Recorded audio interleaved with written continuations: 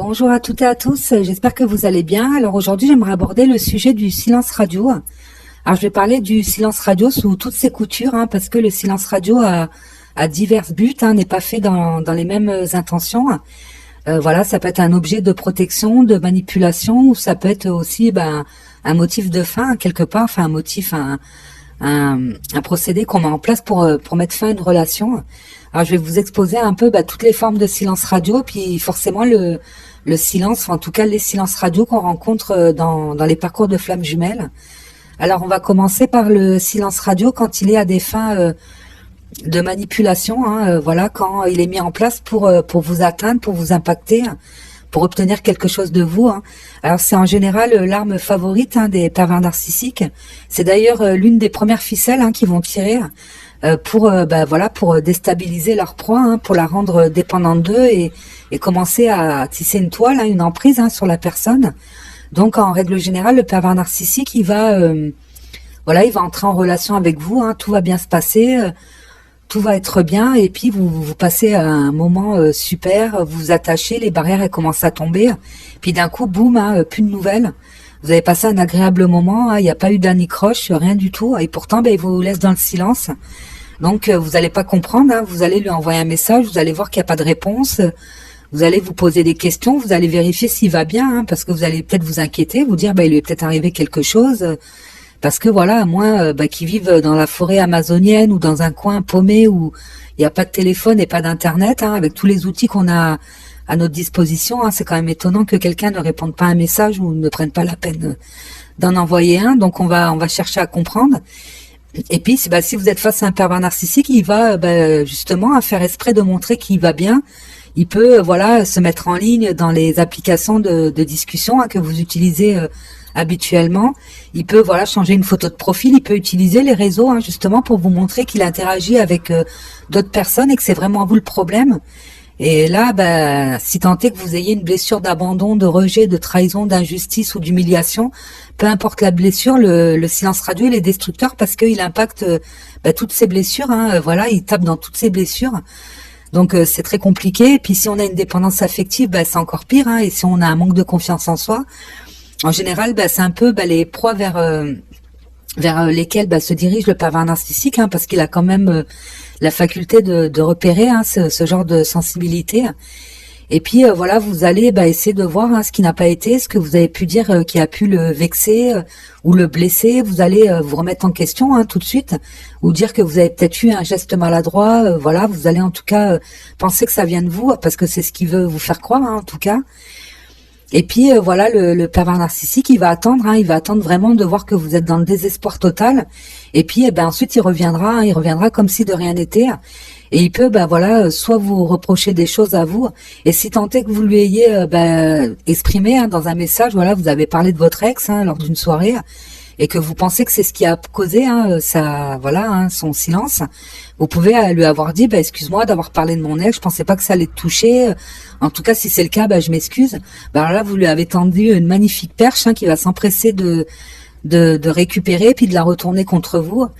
Ou sinon il peut inventer des motifs totalement fallacieux. Son chat était malade, sa mère avait un problème, son pote avait besoin de lui, il avait trop de choses à régler, il n'a pas eu le temps de vous répondre, il n'avait pas la tête à ça.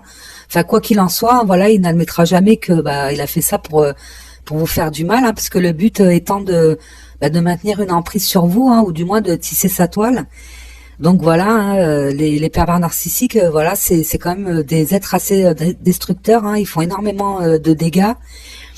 Et puis si vous n'entrez pas dans le jeu du pervers narcissique, si vous n'entrez pas dans ce système-là, et que vous estimez que vous n'avez rien fait de mal, et puis qu'il avait qu'à vous en parler s'il y a un problème, et vous le dire honnêtement, et pas se prostrer dans le silence, vous n'allez pas relancer, vous allez même pas chercher à comprendre, vous allez continuer de votre vie, et là ça va le déstabiliser totalement, ça va même le faire rager, parce qu'il va se dire attends, ça fonctionne pas avec elle, qu'est-ce qu'elle a, elle s'en fiche de moi, parce que lui en règle générale il a déjà testé ce procédé sur d'autres personnes avec qui ça a très bien fonctionné, puis il ne comprendra pas que ça marche pas avec vous, et puis il finira par revenir, il reviendra quand même pour voir pourquoi justement ça n'a pas marché, mais il reviendra vraiment empli de frustration, de colère, donc il vous fera payer d'une manière ou d'une autre cet affront.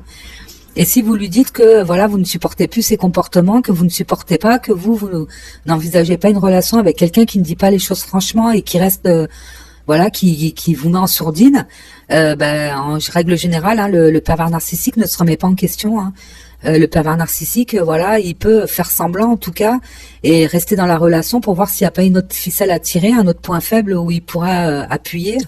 Et puis s'il voit que vous n'êtes pas malléable, hein, s'il voit que ça ne fonctionne pas avec vous, il ira vers d'autres personnes hein, qui sont plus manipulables en tout cas. Voilà, donc c'est vrai que je diabolise un peu le pervers narcissique, mais c'est vrai que voilà, on peut pas parler de silence radio sans parler d'eux, parce que c'est vrai que avec eux c'est totalement récurrent. Ensuite, voilà, il y a des hors pervers narcissiques, il y a des personnes qui utilisent aussi le silence radio pour tester la relation, hein, pour tester vos sentiments, l'attachement que vous avez hein, et l'implication que vous avez dans la relation. Donc, ils peuvent vous mettre en silence radio. C'est un peu comme voilà un test, un jeu hein, quelque part, pour voir si vous allez essayer de comprendre, essayer de récupérer la relation, si vous êtes attaché à la personne. Et là, c'est le même principe. Hein. C'est soit vous allez essayer de comprendre et voilà, essayer de vous remettre en question ou voir ce qui n'a pas été, ou soit vous allez bloquer hein, en disant, voilà, moi je n'accepte pas, voilà, comme dit précédemment. Et la personne, si elle tient à vous, hein, si elle tient à vous, si vraiment elle tient à conserver la relation, elle évitera hein, de le refaire. Et puis on pourra peut-être démarrer une relation saine, hein, parce que voilà, s'il n'y a pas de communication, hein, si voilà, on n'est pas en mesure de dire les choses franchement, ça paraît difficile hein, d'avoir une relation pérenne et authentique avec quelqu'un. Donc voilà, ça c'est des cas vraiment les plus courants hein, où on cherche à manipuler l'autre, hein, parce que le silence radio, voilà, c'est quand même quelque chose d'assez utilisé. Hein, ça s'est démocratisé, j'ai envie de dire, où on a toutes et tous subi des silences radio. Puis à l'ère du numérique, hein, c'est encore plus blessant parce que plus on a d'outils de communication et plus les silences sont assourdissants, hein, j'ai envie de dire. Le silence radio, ça peut être aussi une forme de bouderie. Hein. La personne, vous n'avez pas été dans son sens, vous avez dit quelque chose qui ne lui a pas plu. Elle va pas vous le dire sur le moment, mais elle va vous mettre en silence radio. Et ça peut durer un certain temps. Hein. C'est une forme d'immaturité, hein, quelque part, même émotionnelle, de ne pas savoir, de ne pas arriver à exprimer ses émotions et d'avoir le comportement de fuite, hein, quelque part, de faire l'autruche. Et ça c'est très douloureux hein, parce qu'il y a des silences radio qui sont instaurés pour un peu tout et n'importe quoi. Et puis ça impacte la relation avec la personne, parce que quand la personne a ce mécanisme, on n'ose plus rien dire hein, on n'ose plus rien dire, on pèse ses mots, on va avoir peur que la personne reparte hein, forcément. Et c'est très compliqué hein. Moi j'avais expliqué que j'avais vécu ça avec ma mère. Alors moi je vivais ça comme une punition étant enfant, parce que ma mère pouvait ne plus me parler pendant plusieurs jours, alors que j'étais vraiment enfant. Hein. Quand je vous dis enfant, c'est 5, 6, 7 ans, 8 ans. À l'adolescence, ça a été des mois. Alors, vivre sous le même toit face à des gens qui vous parlent pas, parce qu'en règle générale, mon père se rangeait du côté de ma mère sans même savoir ce qui s'était passé. Mon frère, pareil. Et à l'âge adulte, ça a été pendant des années hein, où on ne s'est pas parlé. Là, ça fait des années qu'on parle pas, parce que du jour au lendemain, ma mère décide que c'est fini. Elle me met en silence radio, et même les enfants. Hein. Alors moi, tant que ça me touche chez moi, ça me dérangeait pas, mais quand ça a commencé à atteindre mes enfants, j'ai mis le holà. Donc je la laissais plus revenir, hein, parce qu'en règle générale, ça revient comme si de rien n'était, comme si c'était rien passé. Ça s'excuse pas, ça donne pas de justification. Hein, c'est vraiment au bon vouloir. Et puis voilà, donc ce qui fait que je supporte très mal les silences radio, hein, surtout quand ça touche les enfants, parce que des fois il y a des silences radio qui prennent une ampleur assez incroyable, où on se sépare du conjoint ou de la conjointe, où on souhaite mettre un silence radio, hein, parce qu'on digère la séparation, parce qu'on a envie de se recentrer, mais on met aussi les enfants en sourdine, hein, et ça c'est vraiment, pour moi il n'y a pas d'excuse, hein, les enfants n'ont rien à voir. Il y a toujours moyen de trouver un intermédiaire, il y a toujours un moyen de prendre des nouvelles. Et il y a des gens qui mettent les enfants en silence radio, alors qu'un enfant, il n'est pas en capacité de comprendre ce qui s'est passé entre les adultes. Qu'est-ce qui fait que l'adulte, le parent ne prend plus de nouvelles, hein, ça c'est très compliqué.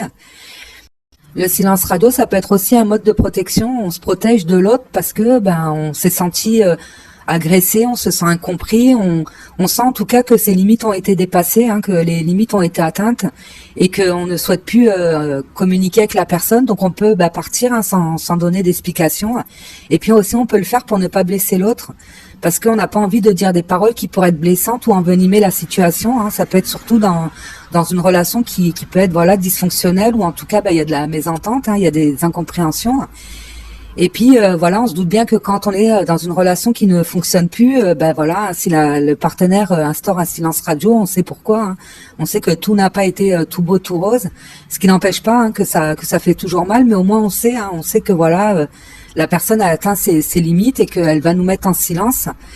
Et les silences radio, ils sont souvent au prorata de la durée de la relation. Hein. Plus la relation elle est longue et plus le silence radio risque d'être long. Et bah pareil pour les relations plus récentes. En tout cas, quand on est mis en silence radio, bah c'est un peu, c'est une rupture. Hein. Encore une rupture, on peut se projeter, se dire bah voilà, je suis plus avec la personne, mais le silence radio, on ne sait pas. Hein. On ne sait pas si c'est une pause, on ne sait pas si l'autre va revenir, on ne sait pas ce que l'autre pense, on ne sait pas.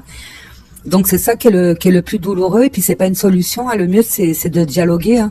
Même si nos limites ont été atteintes, ça coûte rien d'envoyer un message et d'expliquer à la personne voilà, pendant un moment, je préfère me retirer de la relation. Je préfère qu'on arrête de communiquer parce que lors d'une séparation, c'est normal que les conjoints, les ex-conjoints ne souhaitent pas communiquer entre eux. C'est normal que voilà, il y a un certain silence qui puisse s'installer. Hein, en dehors des enfants, hein, comme je l'ai expliqué précédemment, mais du moins on s'attend à ce que l'autre, pendant un certain temps, ait besoin de se recentrer, de se ressourcer, ait besoin de faire le point. Et même ça peut être salvateur, hein, ça peut aider peut-être le couple à redémarrer, à se rendre compte que l'autre nous manque. Hein, le silence radio, c'est pas toujours fait dans le but de nuire à l'autre, de lui faire du mal ou de l'ignorer. Hein, c'est aussi un moyen de protection. Et après, il y a des silences radio qui interviennent aussi parce qu'on ne souhaite plus être dans une relation. On souhaite arrêter la relation, puis on n'a pas envie de se justifier, hein, tout simplement, ou on n'a pas envie d'être face à une personne qui ne va pas comprendre, qui va essayer de nous garder, de nous récupérer, de faire en sorte que la relation tienne. Et puis on s'est fixé un objectif, c'est de couper court et on souhaite pas changer d'avis, hein, on s'est motivé à le faire.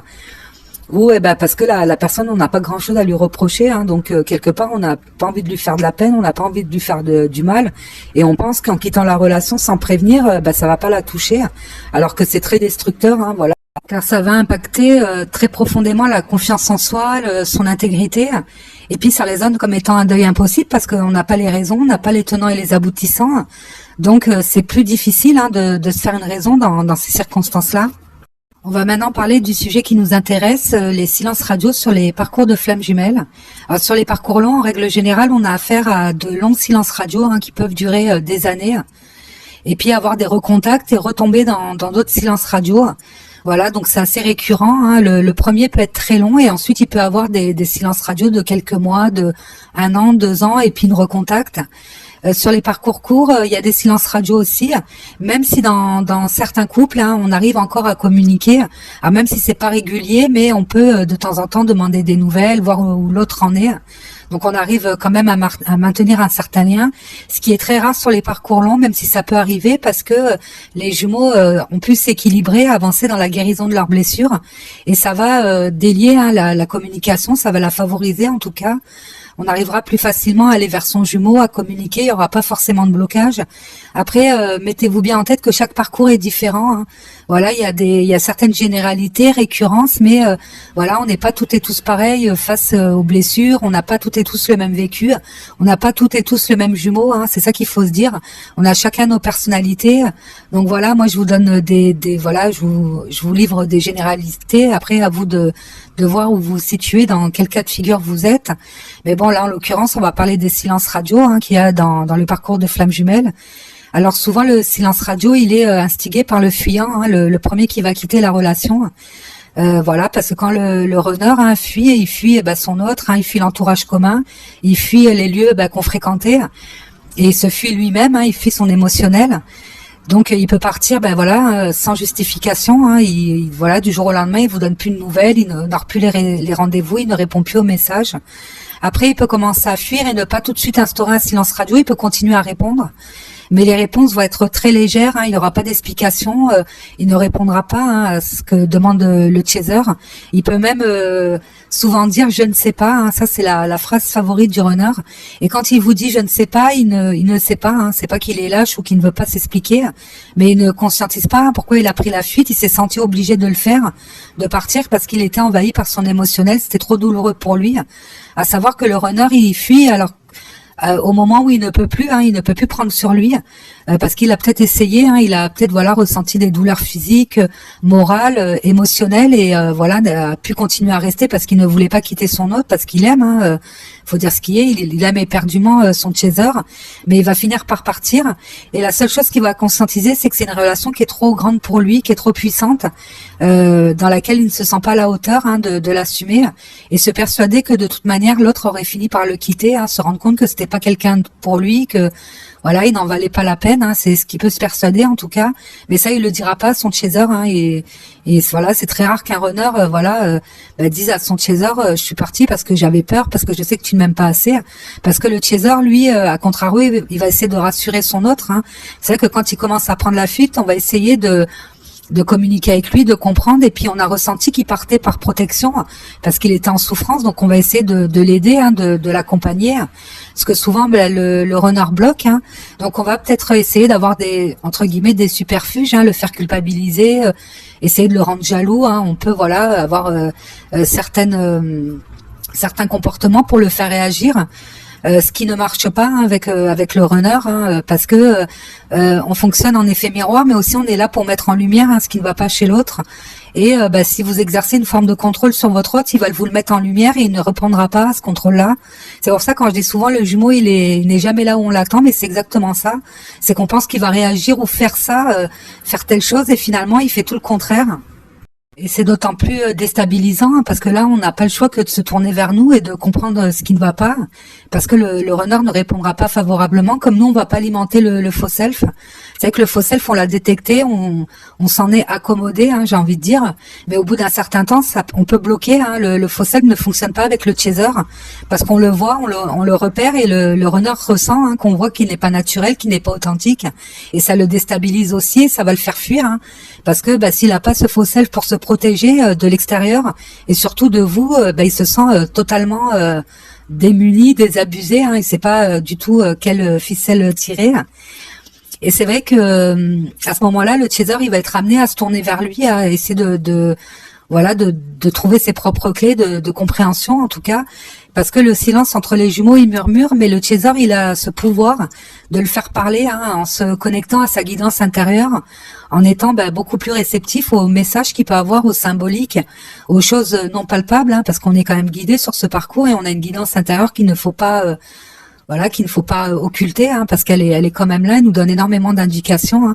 En tout cas, moi, ça a été mon cas, quand j'ai eu des symboliques dans les rêves, quand j'ai eu des messages dans les rêves, des synchronicités, des ressentis, parce que le lien, il est maintenu entre les jumeaux. On peut avoir un lien télépathique. Le jumeau peut nous envoyer des informations en 5D. Et quand on est dans le silence, quand on n'attend pas les réponses de son autre, quand on n'est pas tourné vers son autre, on arrive à les réceptionner beaucoup plus facilement. Et c'est ce qui fait la magie du parcours. Et le runner, il a cette faculté, cette facilité même d'entretenir le lien dans la 5D, pas forcément dans la matière. Donc pour lui, être dans le silence, c'est une espèce de refuge, mais heureusement que le silence en dit long, et surtout sur ce parcours, parce que si on se fiait aux échanges dans la matière, il y aurait pas énormément de choses à dire. Surtout que les jumeaux, en règle générale, se reconnectent ou se reconnaissent du moins grâce à certains sens. Ça peut être la vue, à travers le regard, l'ouïe, à travers la voix ou le toucher. Alors quand la reconnexion, la reconnaissance s'est faite de cette manière, le jumeau il peut totalement bloquer les rencontres physiques, les appels téléphoniques, ne pas répondre au téléphone et rester un peu planqué derrière les messages. Alors c'est vrai que quand on est amené après même des années, des mois à reparler à son jumeau, on a l'impression que le temps, il n'y a pas de long laps de temps qui s'est écoulé. On a l'impression qu'on s'était parlé la veille. Au début, c'est très fluide, on est content de se retrouver, on est content de discuter. Et très vite, il y a des barrières qui vont se mettre en place, on le ressent à travers l'écran. Étant deux grands hypersensibles et ayant ce lien entre nous, on ressent l'autre et ça peut vite devenir malaisant. Une conversation somme toute banale peut devenir très compliquée. Vous posez une question à votre jumeau, savoir qu'est-ce qu'il fait dans sa vie.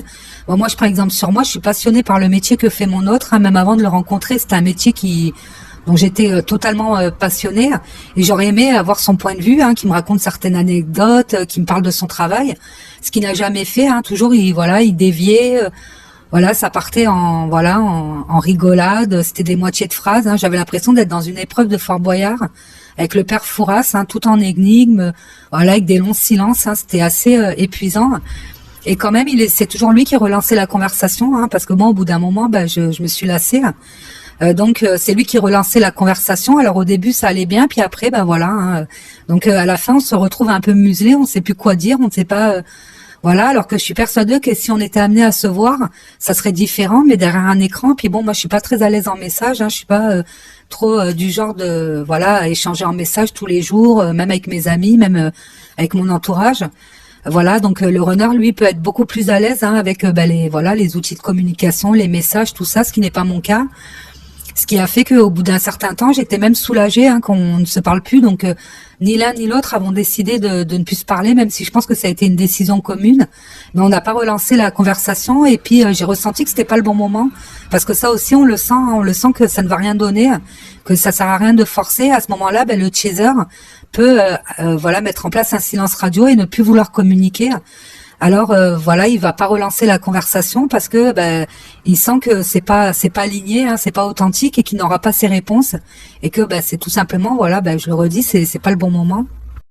Parce que oui, le chaser peut mettre en place des silences radio, même à la première fuite du jumeau, à la première séparation. Lorsque le runner hein, va se jeter à corps perdu dans des énergies tierces, qui peuvent être des addictions, qui peuvent être des relations toxiques, hein, même amicales, ou même retourner dans des relations, des ex-relations amoureuses dont il nous avait dépeint un cadre assez toxique, hein, qu'il avait pu nous dire qu'il n'avait jamais aimé cette personne, hein, qu'il n'était pas bien avec elle, et pourtant il va y retourner. Donc on va se sentir trahi, hein, donc on peut totalement rejeter son jumeau, hein, ne plus avoir envie de lui parler. Ça peut être aussi dans le cas où on aimerait faire réagir notre jumeau justement et se mettre en silence pour qu'il se rende compte de l'importance qu'on a qu'il a pour qu'on a pour lui et qu'il a pour nous hein, quelque part, et le faire revenir un peu le jeu du fuis-moi je te suis qui ne fonctionnera pas, hein, ça c'est vrai que c'est vraiment une chose qui fera encore plus fuir le runner, qui va sentir hein, qu'il y a une certaine manipulation ou qui va se sentir vraiment rejeté et qui ne reviendra plus. Hein. Donc et puis les silences radio qui vont suivre hein, venant de la part du chaser seront des silences pour se protéger, hein, de protection vraiment. Quand il aura épuisé toutes les réserves de communication, de compréhension envers son jumeau et que rien ne fonctionne, hein, et dans ces cas-là, il va se protéger. Et ça peut être aussi le cas quand le jumeau s'engage hein, dans une relation, qui se marie ou qui qui devient un parent, où on n'a pas forcément envie de contacter son jumeau hein, et que le message soit réceptionné par le conjoint ou la conjointe, ou qu'on n'a pas envie d'interférer dans sa vie, hein, on n'a pas envie de le déranger. Et puis tout simplement parce que on a l'impression de s'être fait voler la vedette, hein, donc on peut bloquer aussi. Mais quoi qu'il en soit, les silences du chaser, ils sont tout le temps mûrement réfléchis, hein, c'est pas forcément quelque chose de pulsionnel, hein, sauf si c'est vraiment sur un coup de colère où l'autre a vraiment dépassé certaines limites. Mais en règle générale, on sent que c'est pas le bon moment et on se retire hein, pour se recentrer sur nous. Et puis c'est ce que nous demande le parcours, hein, de se recentrer, de travailler sur soi et de trouver ses propres clés, hein, et de ne pas se tourner entièrement vers le jumeau. Alors qu'on s'est en partie tourné vers lui, c'est tout à fait normal parce que c'est quand même une des personnes les plus importantes de notre vie. Mais faut quand même bien se recentrer sur nous, hein, et puis être dans l'instant présent, hein, ne pas avoir forcément d'attente. Et quand le chaser va se mettre en silence radio, ça va, quand il ne s'agit pas de manipulation, hein, j'entends bien, quand il s'agit de protection, il va ressentir, hein, déjà il va ressentir qu'il y a une certaine coupure énergétique, puis il va constater que le chaser ne le relance plus et que au cas où il relancerait son chaser, hein, parce que c'est très dur hein, de ne pas répondre, il sentira qu'il y a une certaine lassitude hein, de la part du chaser, hein, que le chaser n'adhère plus forcément, hein, qu'il est plus trop impliqué dans les échanges, et ça va lui permettre aussi hein, de se remettre en question, de voir qu'il est pas authentique, hein, et parce que le runner ne comprend pas pourquoi il n'a pas cette facilité à communiquer avec son jumeau, alors que c'est quelqu'un de très communicatif, hein, en règle générale. Même le chaser, hein, c'est des personnes qui aiment bien échanger, qui aiment bien discuter, avoir des sujets assez profonds, et pourtant la communication reste très difficile pendant un très long moment hein, sur le parcours. Même si le runner, il peut être poussé hein, à contacter son autre, hein, il peut avoir des poussées d'âme, comme ça peut nous arriver aussi, hein, une excitation, une envie incroyable de contacter son autre sans forcément avoir rien à lui dire, hein. Donc il attendra qu'on fasse un peu les questions-réponses. Et voilà, et ça peut devenir assez agaçant, hein, parce que voilà, on se dit mais pourquoi il me contacte alors qu'il a rien à me raconter, il me demande pas forcément de mes nouvelles, il cherche pas forcément à savoir ce que je fais. Donc voilà, hein, ça amène énormément de malentendus et de quiproquos. Mais quoi qu'il en soit, le silence, il est salvateur, hein, sur le parcours de flammes jumelles. Alors c'est pas que c'est idyllique, hein, c'est pas quelque chose de bénéfique, ça reste quand même blessant, hein, d'un côté ou de l'autre. Mais ça permet, voilà, d'activer le travail de guérison qu'il y a à faire et de s'aligner, hein, quelque part. Hein. C'est vraiment dans le silence qu'on va se ressourcer. Alors moi, j'ai souvent tendance à préconiser aux flammes jumelles avec qui j'échange d'envoyer un message, hein, quand elles se sentent le besoin ou l'envie de le faire, quand elles se sentent poussées de le faire, ou quand tout simplement elles ont envie d'envoyer un message. Hein. Donc faites-le, hein, c'est qu'il y a une raison. Hein. Moi, quand je me suis sentie poussée à envoyer un message à mon autre, je pouvais pas, je pouvais pas passer à côté. Hein. Je me sentais vraiment poussée à le faire. C'était une espèce d'excitation que j'avais.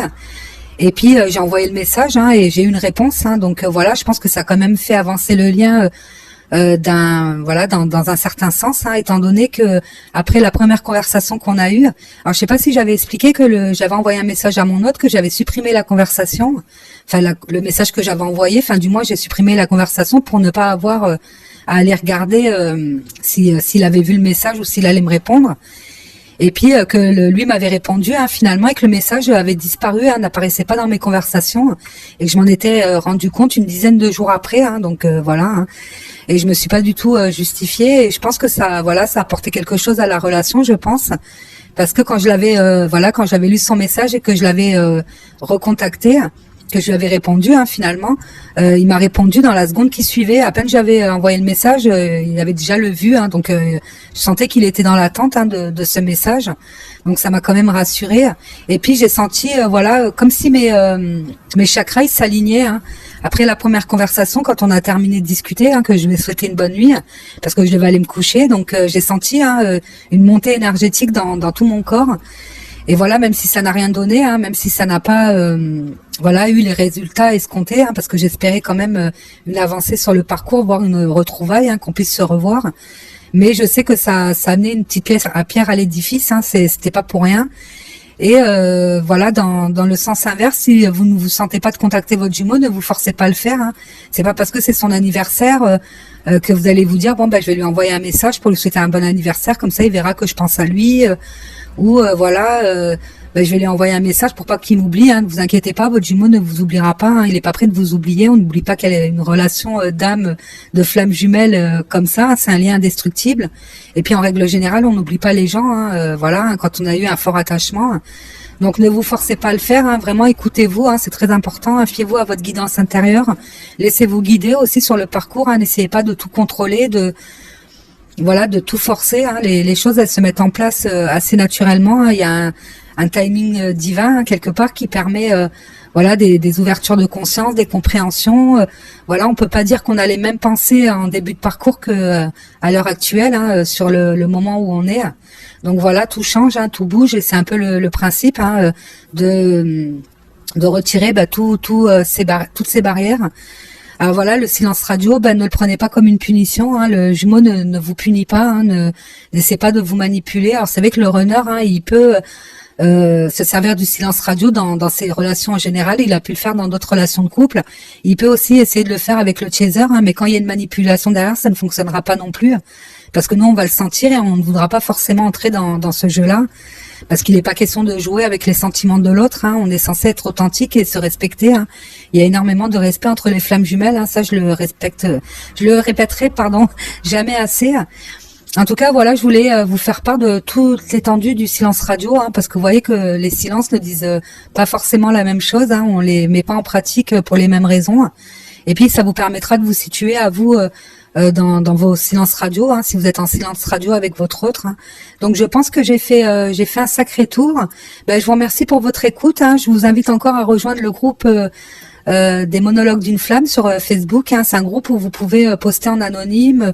Voilà, c'est un groupe très sympa. On commence à créer un petit noyau dur. Hein. Donc il y a énormément de bienveillance, on s'entraide. N'hésitez pas à nous rejoindre. Et en attendant, je vous dis à très bientôt. Au revoir.